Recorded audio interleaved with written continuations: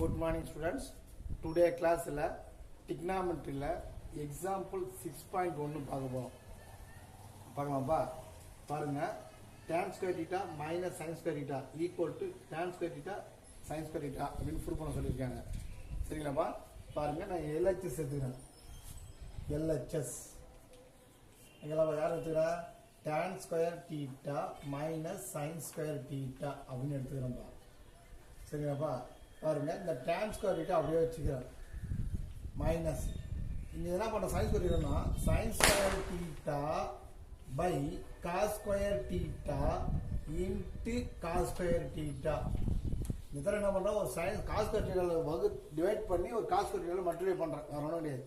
பாருங்க, கட் பண்ணா அந்த sin square அப்படியே வந்துரும். நான் எல்லாம் அடிக்கடி சொல்றேன், மேத்ஸை பொறுத்த வரைக்கும் பேப்பர் வந்து ஸ்டூடெண்ட்டே வெளியே என்ன பண்ணிக்கலாம், எவாலுவேஷன் பண்ணிக்கலாம். எப்படின்னா கீழே ஸ்டெப்ஸ் மேலே ஸ்டெப் கரெக்டாக பொருத்தமாக இருந்ததுன்னா முடிஞ்சு போச்சு. சரிங்களாப்பா? பாருங்க, tan square theta sin square by cos square என்ன சொன்னோம்? therefore tan theta equal to sin theta by cos theta. தெரியலையாப்பா? அப்போ என்ன பண்ணுறது? Minus tan square theta into cos square theta. ஓகேடாமா?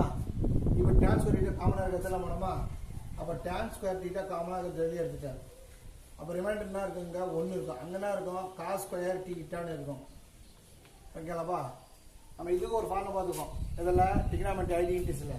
சரிங்களா? புத்தகத்தை சேர்த்து ஃபார்முலா இல்லையா? அதில் sin square theta equal to 1 minus cos square theta அப்படின்னு சப்ஜெக்ட் பார்த்துருக்கோம். சரிங்களா? அந்த ஃபார்முலா சைடில் ஏறும் பாருங்க. அப்போ இது நம்ம என்ன சொல்கிறோம்? நம்ம tan square theta 1 minus cos square theta சொல்றோமோ sin square theta அப்படின்னு சொல்றோம். ஓகேப்பா? ஃபுல் படிச்சா பாருங்க. RHS வந்துச்சுங்களா? RHS. ஓகேலாமா? தேங்க்ஸ் ராமா.